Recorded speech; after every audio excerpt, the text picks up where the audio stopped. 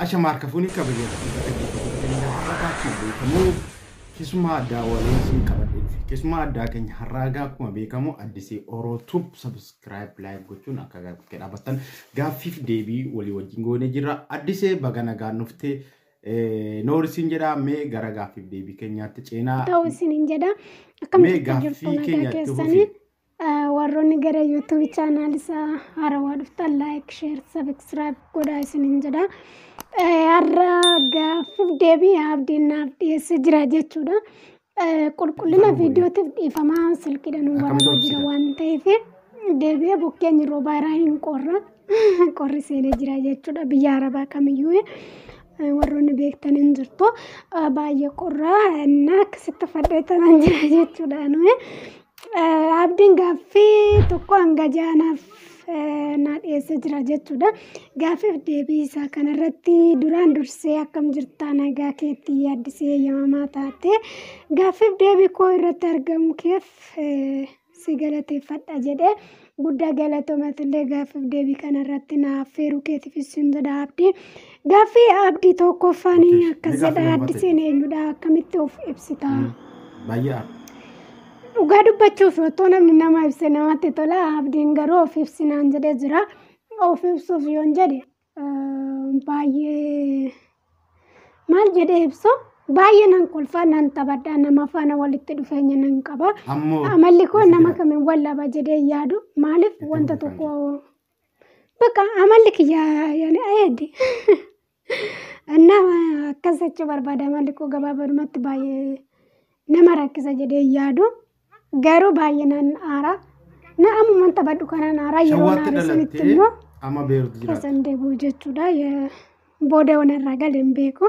gaaffii lammaffaan addiseen eessatti dhalatte eessatti guddatte ammoo eessa jiraatti ani dhaloonni koo shawaadhumatti hin guddadhe ammaaf biyya beeruutiin jiraadha jechuudha gaaffii lammaffaan kanuma gaaffii sadaffaan addiseen amalli isheen maatii keessatti qabdu amala akkamiiti maatii isheetti mucaa meeqaffaadha amalli maatii koo keessatti qabu dhugaa dubbachuuf amala baay'ee namatti toludha akka kootti maaliif maatii kootti wallabuu ijoollee faana walitti bu'u maalii wanta akkasii hin qabu mucaa meeqaffaadha isa jetteef mucaa hangafaadha mucaa hangafni garaa laafti namoonni baay'een addiseetii maatii keetiif mucaa meeqaffaadha jettu na gaafatu jechuudha mucaa hangafaadha mucayyoo hangafaadha jechuudha hangafa jechuun warroonni hangafa taatanii beektan hin jirtu baay'ee gara laafuu baay'ee bakka wanta hunda lakki jechuun in ulfaata warroonni booda dhalatan jechuudha dhugaa dubbachuuf wanta ofii jalasan malee wanta maatiin jedhe hin fudhatan ijoollee baay'ee maaliif bakka ijoollee hangafniif namni hangafnii fi quxusuun wal tara jechuudha hangafni baay'ee gara laafessa baay'ee quxusuu isaatiif illee gara laafessa quxusuun garuu hangafaaf hin danda'amu jechuudha mucaa hangafadha gaaffii arfaffaan addisee oromoo taatee dhalachuu keetiif maaltu sitti dhaga'ama dhugaa hedduun ofitti gammadaa hedduun natti tola hedduun boona oromoo ta'ee dhalachuu kootii fi galata rabbii siin jira baay'ee ofitti gammada jaalallee qabdi bakka ayyuu qabdi moo bultii jaarrattee oromoo ta'uu kootii faana baay'ee gammada akka kootii jechuudha gaaffii shanaffaan addiseen jireenya isii amma maal fakkaataa jaalallee qabda moo bultii ijaarrattee qabda ammaaf bultii ijaarradhee hin qabu bultii ijaarradhee hin qabu siin jedha abdii gaaffii jaaffaan addisee gaaffii jaaffaan addiseen namni ati yeroo jalqabaaf jaalalli irraa si qabe ni yaadatta akkasumas nama jalqabaa si dhungates ni yaadatta jaalalli gaafa si qabu akkam si goote jaalalli hoo maali abdii dhugaa dubbachuuf taanani nama jaalalli irraa na qabe jaalala naan hin qabne maal akka ta'e hin beeku jaalalli naan qabne gabaabumatti jaalalli naan qabne nama yeroo jalqabaaf mucaa gaaffee naaf dhiyeesse tokko na yaadadha mucicha gaaroo nama yeroo jalqabaaf na dhungate si yaadadha Jaalalli hoo maal isa jettee jaalalli baay'ee akkamitti madaala hojjette jaalala bakka baay'ee jaalala jechuun jireenya dhala namaati bu'uura jireenyaati karoora jireenyaati yoo jaalalli hin jiraanne wanti biraa hin jiraatu sin jedha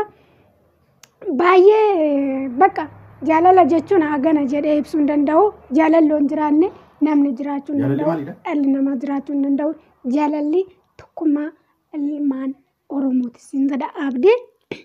dafee deebisa gaaffii 12 isiniin jedhee jaama 12 isiniin jedhee garuu gaaffichi 12 gaaffii torbaffaan nama walitti dhiyaattu irraa osoo hin beekin jaalalli si qabee dhiiras ta'e shamaras jettee heddinaan baafnee dhiira yoo ta'e dhugaa waaqayyoo dubbachuu fi namatu narra qaba malee anirraa hin qabanne mucaa ta'e wayii naannoo bakka naannoo biyya kanatti osoo hin taane yeroo biyya jirutti yeroo barannu tokko jechuudha iddoo ta'e wayiteenye yeroo barannutti gaafa jaalalaa naaf dhiyeessee ture osoo gibbi tokko keessa jiru jaalalli tokkummaa ilmaan oromooti otoo akka obbolummaatti wallaalutu jechuudha anis hin jennee fi innis illee achumaan dhiise jechuudha malee kana irraa nan qabne jechuudha obbolummaa taanaan obbolummaadha jaalala taanaan jaalala jechuudha qaldiin hin jiru gaaffii 8ffaan osoo jaalallee qabdu hin qabu jettee nama janajjantee beektaa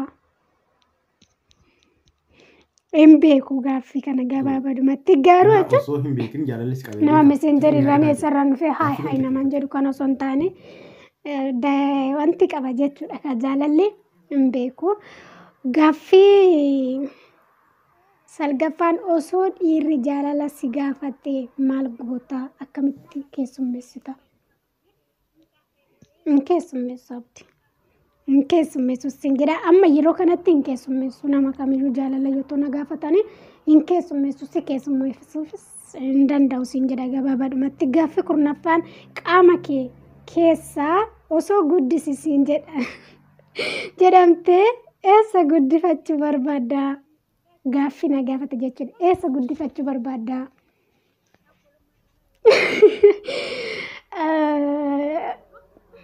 abdii beekama na gaafatte haa ta'u siif hin deebisa eega jetteeti jechuudha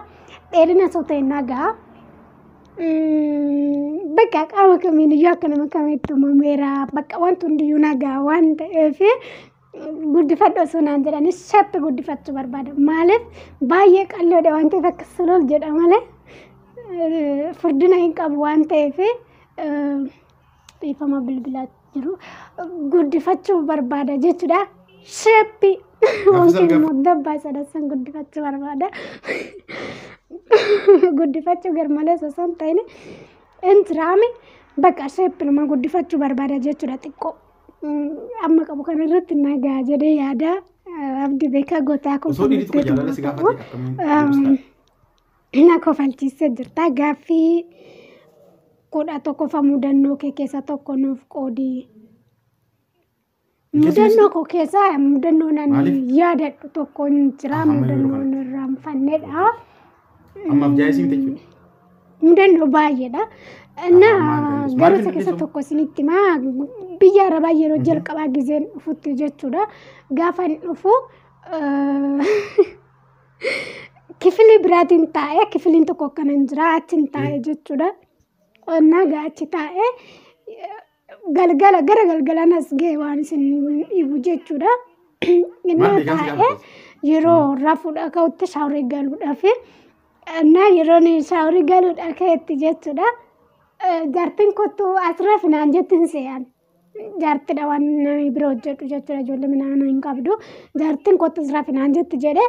ishiin achi dhaqnaan jenna shaanxaa kiyyaas wanti hin qabu hundumaa guuttadhe shinti beetii seenee jechuudha na jaartiin baay'ee dinqisiifattee tinis shinti beetii keessaa kottuu shaanxaa kee fideetti carqii kee maalu minaan naan jette isin irraanfadhu yeroo hundumaa na kofalchiisaa irra deddeebi'ee walitti haree shinti beetii seenu sun jechuudha mudannoon koo isa kanadha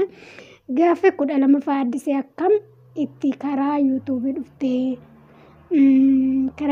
dhuftee naan jedhee gara yuutuubii dhufte jedhee eenyutu fakkeenya siif ta'e eenyuun dinqisiifatta karaaf fuulduraatti maalin si'e gara YouTube akkittiin itti dhufee namootuma tokko laalee beeksisa ufaa yashmeemaanii ijoollee tokko laaleetiin dhufee maaliif akkan hojjedhu wantoonni na kakaase keessatti wanti isin dinqu keessaa ijoolleen keenya biyya Arabaatti gaafa dhufan akkuma nama tokko fayyaa qabaatanii nama taanee of danda'anii biyya Arabaa deemnee hojjetanna garuu gaafa biyya ormaa kana geenye wanta baay'eetu nu mudata. Innis maal inni hojjettanii akka fayyaa dhabanii galuutu jira, sammuudhaan tuqamanii galuutu jira, immoo biyya keessatti yeroo biyya ofiitti rakkatanii gara mana tokkotti deemutu jira. Bakka waa baay'eetu jira. Ijoolleen keenya wanta akkasii rakkachaa turan biyya Liibiyaanii keessatti jechuudha. Keessumattuu biyya Liibiyaanii jedhamtu hin jirti. Biyya Liibiyaanii san keessatti ijoolleen keenya seera qabaatanii seeraan deemanii galanii bahuun hin jiru jechuudha. Baay'ee kan rakkatan, baay'ee kan gargaaran, baay'ee kan achi keessa baasantu jiru. Wanta akkasii maaliif ijoollee keenya sagalee hin taanu? Maaliif ijoollee keenya isaan biyya keessa ta'anii achasee ijoollee keenya gargaaraa jiru. Nuti immoo biyya Arabaa kana biyya ormaa kana keessa taanee sagalee waliif taanee nu fayyada wanti hin jedhuun sume maaniif beeksisa bakka hin jiru isaanirraan laaleetiin gara YouTube dhufee eenyuun dinqisiifatta YouTuberoota keessaa isa jettee fi isaan kun iyyuu baay'ee na dinqisiifachiisu garuu keessattuu immoo Oromiyaa 24 baay'een dinqisiifadha. Sammuusaaf kennee amala gaazexeessummaatiin ijoollee baay'ee seenaa namoota dhiyeessaa jira waan ta'eef Oromiyaa 24 baay'eedhaan hin dinqisiifadha jechuudha. Warri kaan natti hin haarina maaliif namoota hundayyoo osoo hordofuu osoo baay'ee jaaladhu eenyuun dinqisiifatta isa jedheef Oromiyaa 24 baay'ee dinqisiifadha jechuudha. Gama kootiin xumureera ergaa qabdu yoo qabaatte isa jettee fi ergaan hin qabu. Ijoollee keenya jabaadhaa wal jajjabeessaa walaa jajjabeessinuu wal malee maal qabnaa na warroonni rakkatan sagalee haa taanu nama dhukkubsataa keenya rakkataa keenya gara biyya ormaa keessa biyya rakkinaa keessa gara biyya keenyatti haa galchannu walaa gargaarru walaa jajjabeessinu YouTube banachuun ofiitti fayyadamoo osoo hin taane ormallee fayyaduu qabna fakkeenya namaaf ta'uu qabna fakkeenya ijoolleef ta'uu qabna waliif fakkeenya taanee haa dabarru isiniin jedha. Abdii guddaa galatoomii YouTube channel keetirratti naaf feeruudhaa fi warroonni asmaan addisee eessa baddee warroonni lakkoofsa koo qaban hin qabdu na dubbisaa jirtu guddaa galatooma isiniin jedha warroonni karaa koomentii jalatti na barreessitan keessan jechuudha karaa inbox kiyyaatiin karaa jalaatiin jechuudha koomentii kiyya jalaa ijoollee